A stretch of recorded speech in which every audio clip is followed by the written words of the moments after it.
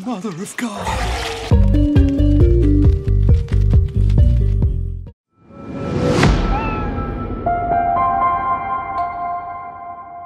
Di episode pertama ini akan berkisah tentang sebuah gudang bernomor 36. Seorang pria tua, mantan veteran perang, terlihat sedang menikmati siaran George Bush tentang invasi Amerika ke Irak. Selesai makan, pria itu segera beranjak dari kursi malasnya sembari menaruh kunci bernomor 36 lalu memotong daging menjadi kecil-kecil. Ketika kepala dari daging yang sudah terpotong terjatuh, pria itu berusaha mengambilnya, namun serangan jantung membuat dadanya sakit dan meninggal seketika. Beberapa bulan setelahnya, seorang pria bernama Nick yang juga mantan veteran perang pergi menuju ke gudang untuk mengikuti pelelangan. Eddie, pengurus gudang, membuka acara dan akan melelang gudang nomor 36 di mana pemiliknya sudah meninggal. Ia membuka gudang itu dan menunjukkan sedikit isi di sana. Ketika pelelangan dimulai, tawar-menawar terjadi hingga isi gudang itu jatuh ke tangan Nick dengan harga $400. Setelah melelang itu, Eddie berpindah tempat lagi untuk melakukan lelang di gudang lain. Selesai pelelangan, Nick terlihat berada di dalam kantor Eddie mendapatkan panggilan dari Tommy yang menagih utang pada Nick. Tampaknya pria itu memiliki banyak masalah dan juga hutang. Ia berusaha mencari barang berharga dengan iseng-iseng berhadiah membeli isi gudang. Nick berharap mendapat peruntungan dari isi gudang yang ia beli. Tak lama kemudian, Eddie masuk ke dalam kantor dan segera ia membayarkan uang pada Eddie. Mereka berdua telah kong kali kong agar Nick bisa mendapat barang yang bagus. Sebelum Nick pergi, Eddie menunjukkan pemilik dari gudang yang Nick beli. Eddie mengatakan pemilik dari gudang itu sangat aneh, di mana ia datang setiap hari ke gudang dengan membawa barang, namun ketika keluar barang itu tak dibawa lagi. Pria tua itu melakukan hal tersebut setiap hari sejak pertama kali ia menyewa gudang itu dan gudang tersebut tak pernah penuh. Nick yang melihat rekaman itu merasa masa bodoh dan tak peduli dengan keanehan yang ada. Ia hanya ingin segera melihat isi gudang itu dan menjualnya agar bisa segera melunasi hutang-hutangnya.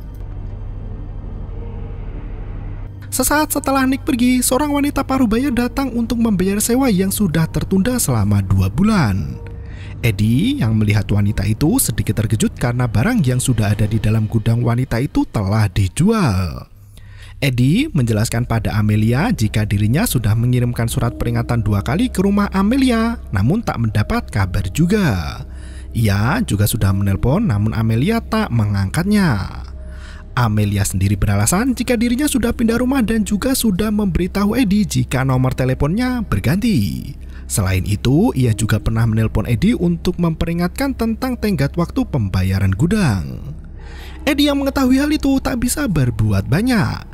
Ia memberitahu Amelia jika Nick sudah membeli isi dalam gudang itu. Eddie pun menunjukkan orang yang membeli isi gudang itu dan terlihat Nick masih berada di parkiran. Segera Amelia mendatangi Nick untuk memohon jika barangnya bisa dikembalikan. Isi dalam gudang itu sangat berharga baginya karena berisi kenangan dan juga foto album keluarga. Nick yang mendengar hal itu bahkan tak peduli. Ia meminta uang $1.000 jika Amelia ingin melihat sisa barang yang ada. Amelia yang mendengar tawaran Nick tak bisa berbuat apa-apa. $1.000 sama dengan gajinya selama sebulan sebagai tukang bersih-bersih. Ia meminta kebaikan hati Nick untuk melihat barang berharga yang tersisa miliknya. Pria yang penuh masalah dan beban hidup itu justru memberi sebuah gembok yang sudah patah dan berlalu meninggalkan Amelia. Sontak, wanita itu menyumpahi Nick agar masuk ke neraka. I hope you rot in hell. Nick segera membongkar gudang nomor 36 dan memilah jika ada barang yang berharga dan bernilai tinggi. Di samping gudang itu, Eddie sedang memperbaiki pipa bocor. Nick masuk ke dalam sana dan mendapati keanehan di mana ruang dalam gudang itu lebih luas dari nomor 36. Eddie tak mau mendengar komplain terkait hal itu dan mengatakan jika gudang itu sudah sangat lama dan mungkin ada ruang rahasia yang terhubung satu sama lain. Sebelum pergi, Eddie menanyakan tentang Amelia, namun sayangnya Nick tidak menyukai itu dan komplain seolah semua itu adalah salahnya. Dari apa yang pernah dilewati Nick, ia merasa menjadi pria tersial dalam hidup. Mulai dari telinganya yang terus berdengung pasca pulang dari perang hingga istri yang meninggalkannya pergi. Ia merasa berhak melakukan apapun agar menjadi orang yang beruntung. Ia membeli gudang dengan sah dan tak ingin disalahkan atas hal itu. Nick segera mengambil barang-barang, membuang hal yang tak berharga dan memilih yang bisa bernilai tinggi. Ia menemukan tempat lilin yang terbuat dari emas dan juga foto album dari pemilik sebelumnya di mana pria tua itu bekerja untuk pasukan Nazi dulunya. Nick juga menemukan papan pentagram. Ia segera membawa barang yang ia rasa berharga itu ke dalam mobilnya. Sebelum Nick pergi, Tommy datang untuk menagih hutang. Ia menghajar Nick dan memberikan peringatan terakhir. Selain itu, kaca depan mobil Nick juga dirusak untuk mempertegas pembayaran hutang Nick. Amelia yang melihat kejadian itu diusir oleh Nick yang kembali masuk ke dalam kantor Eddie. Eddie yang masih berada di sana menanyakan barang dari nomor 36. Nick hanya mengatakan kalau barang itu hanyalah perabotan kuno dan aneh. Mendengar hal itu, Eddie pun menyarankan jika Nick harus menjual pada orang yang lebih mengerti. Ia memberikan alamat orang bernama Agatha yang mengerti tentang benda-benda tak biasa. Segera, Nick memperbaiki kaca depan dengan selotip dan pergi ke tempat Agatha. Di sana, Agatha membenarkan jika tempat lilin itu berasal dari emas. Namun sayangnya, ia tak mau membayar mahal untuk hal itu.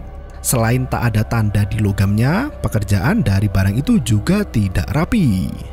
Nick menunjukkan barang lain yaitu papan pentagram. Agatha memberitahu jika papan itu adalah papan pemanggil roh, mirip seperti Ouija, namun lebih serius lagi. Ia melihat ukiran di sana dan ada tombol di mana keluar sebuah laci berisi 3 buku berbahasa Latin. Agatha cukup terkejut dengan buku itu, tapi ia mengatakan jika benda tersebut bukan keahliannya. Ia menyarankan temannya untuk datang guna menilai seberapa berharga barang itu. Segera ia mengabarkan Ronald jika dirinya punya klien yang akan membuatnya tertarik. Sementara itu, Nick yang penasaran membuka buku yang ada di sana dan terlihat gambaran tentang persembahan iblis dan tata caranya. Tak lama kemudian, Ronald datang dan langsung takjub melihatnya. Ia menjelaskan kalau barang itu berasal dari Austria di abad ke-19 dan dibuat sebagai alat bantu untuk memanggil suatu entitas.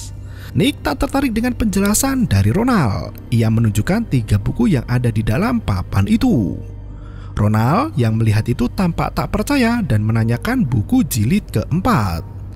Nick tak mengetahui hal itu dan dia hanya memiliki 3. Ronald kembali memaksa Nick jika saja ia punya edisi yang keempat.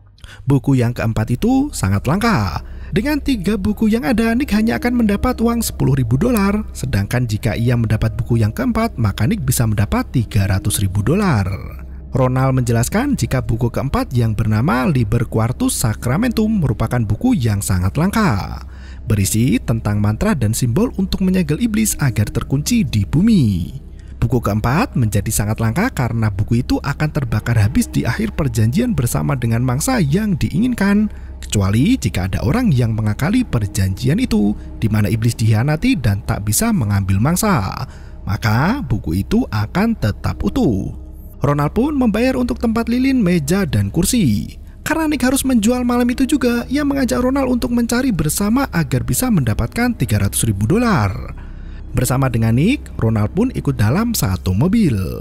Ia mengaku pada Nick jika mengenal keluarga yang gudangnya dibeli oleh Nick.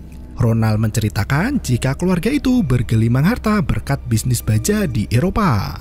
Namun setelah Perang Dunia II usai, keluarga mereka pindah ke Amerika. Mereka memproduksi senjata untuk Nazi. Nick sangat menyalahkan Nazi dan bersyukur Tuhan telah mencabut nyawanya. Ronald tak begitu tertarik dengan Tuhan, namun sangat tertarik dengan iblis. Nick yang mendengar itu menganggap jika Ronald berada di pihak yang salah, yaitu memuja iblis. Ronald kembali melanjutkan ceritanya di mana pria pemilik gudang itu merupakan penggila judi dan menghabiskan semua kekayaan keluarganya untuk berjudi. Ia tak pernah puas hingga akhirnya berada di ambang kebangkrutan. Selain itu, pria tersebut juga masuk ke kelompok okultisme di mana ia menawarkan sebuah wadah untuk entitas dan menggunakan adiknya sebagai medium, yang mana hingga saat ini adiknya yang bernama Dottie Wolmer tak pernah ditemukan.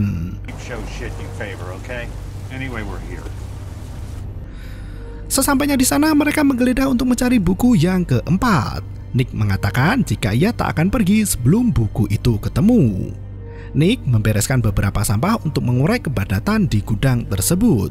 Di luar, Amelia masih menunggu Nick dan merasa sakit hati karena barang berharga miliknya dibuang begitu saja. Sementara itu, Ronald menemukan koran yang memberitakan tentang menghilangnya Dottie Wolmer. Dalam berita itu, sosialita Dottie Wolmer menghilang dan tak pernah ditemukan. Apa yang terjadi pada Dottie masih menjadi misteri. Nick kembali ke dalam gudang dan menemukan ruang berongga di sana. Ia segera memindahkan kursi dan meja lalu membuka ruang tersebut. Kecurigaannya tentang ruang yang berbeda benar adanya. Ketika dibuka, ruang itu berbau sangat busuk. Ronald menyebut bau itu dengan effluvia, di mana bau itu seperti kucing atau anjing yang menandai wilayah mereka. Sebelum masuk, Ronald memperingatkan pada Nick untuk tidak menyentuh apapun atau berbicara.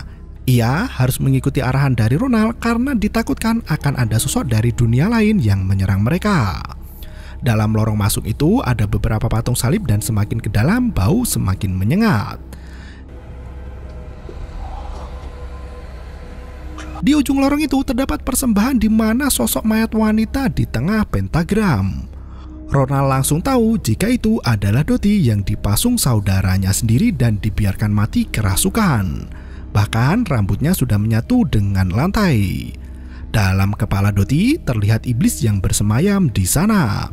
Melalui lubang itu, saudara Dottie memberikan daging mentah dan itu juga alasan pemilik gudang datang setiap hari. Di pojok ruangan terdapat jilid buku yang keempat. Ronald memperingatkan Nick untuk tidak mendekat, namun karena Nick butuh uang, ia melewati lingkaran itu dan merusak garisnya.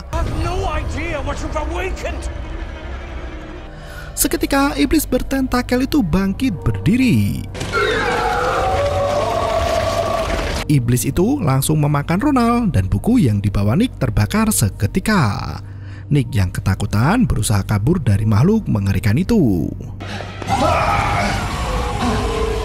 Sesampainya di pintu, Nick tak bisa membuka dan terlihat Amelia ada di sana. Ia menunjukkan gembok yang diberikan pada Nick dan menggabungkannya. Nick memohon untuk dibukakan pintu, namun Amelia tak peduli seperti apa yang Nick lakukan padanya siang tadi.